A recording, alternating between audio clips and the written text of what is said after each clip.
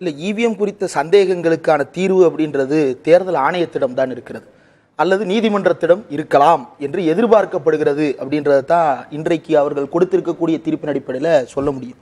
1952 இந்தியாவில் பொது தேர்தல்கள் நடக்குது.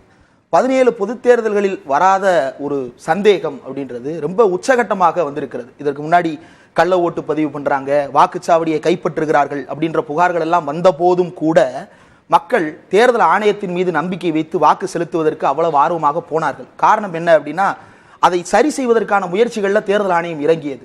ஒரு பூத் கேப்சரிங் நடக்குதா, அந்த இடத்துல சிசிடிவி என்ஷூர் பண்றது, ஒரு பூத் பதற்றமான பூத்தா அங்க கூடுதல் பாதுகாப்பு அளிப்பது அப்படின்றதுல தொடங்கி பதற்றமான தேர்தல் பிரச்சாரத்தில் ஈடுபடும் வகையில் யாராவது செய்தார்கள் என்றால் அவர்களை தடுத்து நிறுத்தும் செயல்பாடு வரைக்கும் தேர்தல் ஆணையம் முனைப்பு காட்டிய காரணத்தால மக்களுக்கு குறைந்தபட்சம் அதன் மீதான ஒரு நம்பிக்கை தொடர்ந்து இருந்தது. ஆனா ஒரு 4-5 விஷயங்கள் தேர்தல் ஆணையத்தின் மீதான நம்பிக்கையை மக்களுக்கு ஒரு கேள்வி எழுப்பி இருக்கிறது. முதல்ல அருண் கோயல் அப்படின்றவரை எலெக்ஷன் கமிஷனரா அப்பாயிண்ட் பண்றாங்க. 2022 நவம்பர் 19 திடீர்னு ஒரு நாள் அவர் ஐஏஎஸ் பதவியிலிருந்து, பஞ்சாப் கேடர் ஐஏஎஸ் பதவியிலிருந்து ரிசைன் பண்றாரு. ரிசைன் பண்ணி ஓவர் நைட்ல அவர் மறுநாள் எலெக்ஷன் கமிஷனராக அவர் நியமிக்கப்படுகிறார். எதனால அவர் ஒருத்தர் ரிசைன் பண்ண வச்சு அவரை எலெக்ஷன் கமிஷனராக நியமிக்கணும்?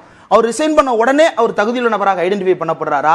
அப்ப ஏன் இவரை இந்த இடத்துல கொண்டு சேர்க்கிறாங்க அப்படின்ற அந்த கேள்வி எல்லாம் அந்த இடத்துல வந்தது. ஏன் அவர் ஆனா என்ன செய்யறாரு அப்படின்னா, ஒன் ஃபைன் டே திடீரென்று ராஜினாமா செய்துவிட்டு வெளியே போயிடுறாரு. போனதற்கு பிறகு அடுத்ததாக இன்னொரு தேர்தல் ஆணையரை நியமிக்கக்கூடிய சட்டம் அப்படின்றது மாறிவிட்டது. அவர் வரும்போது இருந்த சட்டம் வேறு, அவர் வெளியேறும் போது இருந்த சட்டம் வேறு. பிரதமர் மோடியும் ஒரு அமைச்சரும் நேரடியாக நியமிக்கக்கூடிய ஒருவர் தான் தேர்தல் ஆணையராக வர முடியும் என்ற சட்டம் திருத்தப்படும் பொழுது அவர் வெளியே போறாரு. அதற்கு அடுத்து சில நாட்கள்ல புதிய தேர்தல் ஆணையர் ஏன் இவர் ரெசிக்னேஷன் இவ்வளவு கொஸ்டின் பண்றேன் அப்படின்னா, அவர் next in line to chief election commissioner இப்போது இருக்கிறார் இல்லையா, தலைமை தேர்தல் அதிகாரி ஆணையர். அவர் பதவிக்காலம் முடிந்ததற்கு பிறகு அடுத்த அந்த இடத்துக்கு வர வேண்டிய பொறுப்பு இவர் கையில் இருக்கிறது. அந்த இடத்தை யாராவது விட்டுட்டு போவாங்களா அப்படின்றதுதான் பெரிய டவுட். ஏன் விட்டுட்டு போனார்? அதுல என்ன சந்தேகம் உங்களுக்கு? அருண் கோயல் விட்டுட்டு போனதுல, அருண் கோயலுக்கு அடுத்து இன்னொரு தேர்தல் ஆணையம் இருக்கிறார். அவரை சேர்த்துட்டு 2 பேருக்குமா சேர்த்து சொல்லிடுறேன். அசோக் லவாசா அப்படின்னு ஒரு தேர்தல் ஆணையர் இருக்கிறார். 2019 தேர்தல் காலகட்டத்தில் பிரதமர் மோடி தேர்தல் நடத்தை விதிமுறைகளை மீறியதாக வந்த புகார்கள் மீது நடவடிக்கை எடுப்பது தொடர்பாக பேசும்போது அவர் பிரதமர் மோடி தேர்தல் நடத்தை விதிகளை மீறி இருக்கிறார், நடவடிக்கை எடுக்க வேண்டும் அப்படின்னு அவர் தீர்ப்பு கொடுக்கிறார். ஆனா மீதி 2 தேர்தல் ஆணையர்கள் வேறு முடிவு எடுத்துறாங்க. இவர் என்ன சொல்றாரு, உங்க முடிவை வெளியிட்டுருங்க, ஆனா உங்கள் முடிவிலிருந்து நான் மாறுபட்டிருக்கிறேன் என்பதையும் சேர்த்து வெளியிடுங்கள்னு கேட்கிறாரு.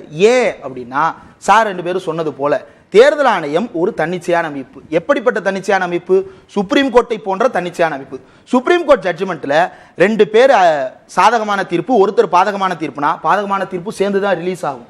அப்ப இதுல டிசென்ட் கொடுத்தாருன்னா அந்த டிசென்ட்டை ரிலீஸ் பண்ணிருக்கணும், பண்ணல.